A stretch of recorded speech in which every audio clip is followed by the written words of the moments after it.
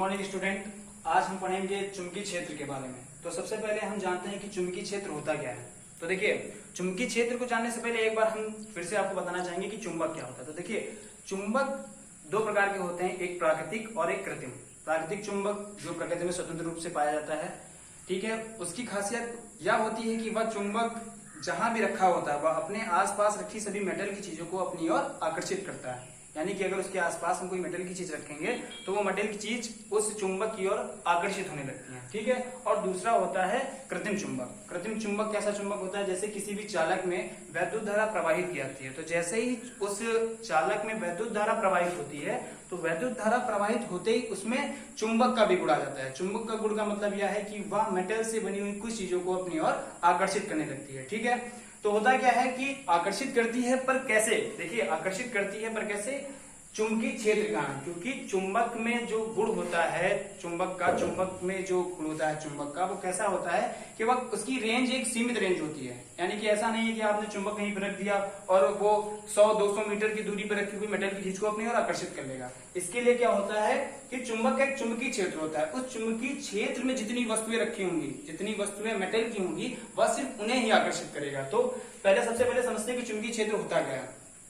और चुंबकीय क्षेत्र वह होता है अगर विद्युत धारा और चुंबकीय सामग्री का चुंबकीय प्रभाव ही कहलाता है चुंबकीय क्षेत्र।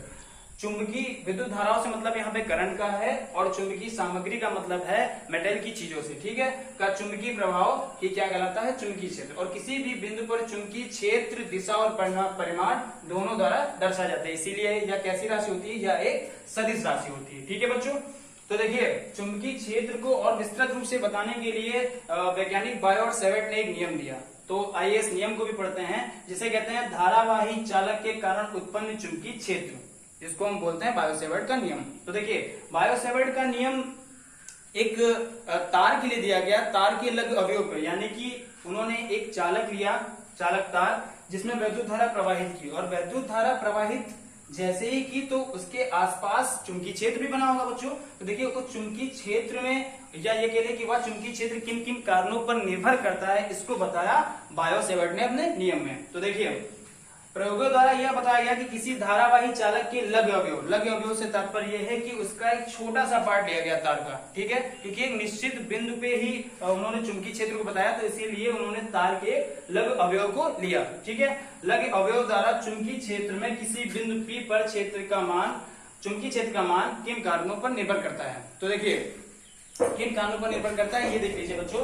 तो देखिए, चुंबकीय क्षेत्र जो B होता है, यह सबसे पहले निर्भर होता है उस चालक तार में बहने वाली धारा की। यानी कि जो धारा I होती है, या उस पर किस प्रकार से निर्भर होता है? तो निर्भर किस प्रकार से होता है कि जो उसमें विद्युत धारा प्रवाहित होती है I, या चुंबकीय क्षेत्र उसके अनुक्रमानुपाती होता है। यानी कि डेल्टा B जो होता है, ये चालक तार में बहने वाली धारा I के अनुक्रमानुपाती होता है।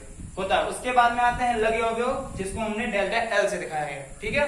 तो सेकंड पॉइंट इसमें बच्चों ये है कि जो चुंबकीय क्षेत्र है डेल्टा B, वो हमारा जो लघु अवयव डेल्टा L होता है, उसके भी क्या होता है? अनुक्रमानुपाती होता है। फिर उसके बाद में क्या होता है कि इसमें एक देखिए एंगल लिया गया है, यहां से एक निश्चित दूरी पर बिंदु P माना गया है, जहां पर चुंबकीय क्षेत्र को दर्शाया गया है। तो इसके बीच में जो एंगल होता है थीटा, जो ज्या होती है, या उसके भी क्या होता है? अनुक्रमानुपाती होता है। यानी कि डेल्टा B जो होता है वह हमारा किसके? साइन थीटा के भी क्या होता है? अनुक्रमानुपाती होता है, ठीक है। और उसके बाद में आपने बच्चों देखा चित्र में कि जो बिंदु P लिया गया है, इसकी एक दूरी दी गई है r, स्मॉल r, जिसको इसमें दर्शाया गया है। तो होता क्या है कि यह जो चुंबकीय क्षेत्र B होता है, या इस दूरी के वर्ग के क्या होता है? व्युत्क्रमानुपाती होता है। ये याद रखिए कि डेल्टा B और R में जो संबंध होता है, ये क्या होता है? व्युत्क्रमानुपाती है। तो हमने यहाँ पे देखिए 4 इक्वेशन बनाई है, 1 2 3 4। तो इन चारों को अगर हम मिलाते हैं तो हम एक चीज पाते हैं कि जो डेल्टा B होता है बच्चों, वो किसके? I delta L sine theta upon R निकल के R² निकल के आता है, ठीक है बच्चों। अब अगर इसको हम इस तरीके से लिखे तो डेल्टा B बराबर हो जाएगा K I delta L sine theta upon R²। ये इक्वेशन ऐसी थी जो बायो और सेवर्ट के नियम द्वारा ज्ञात की गई, ठीक है बच्चों।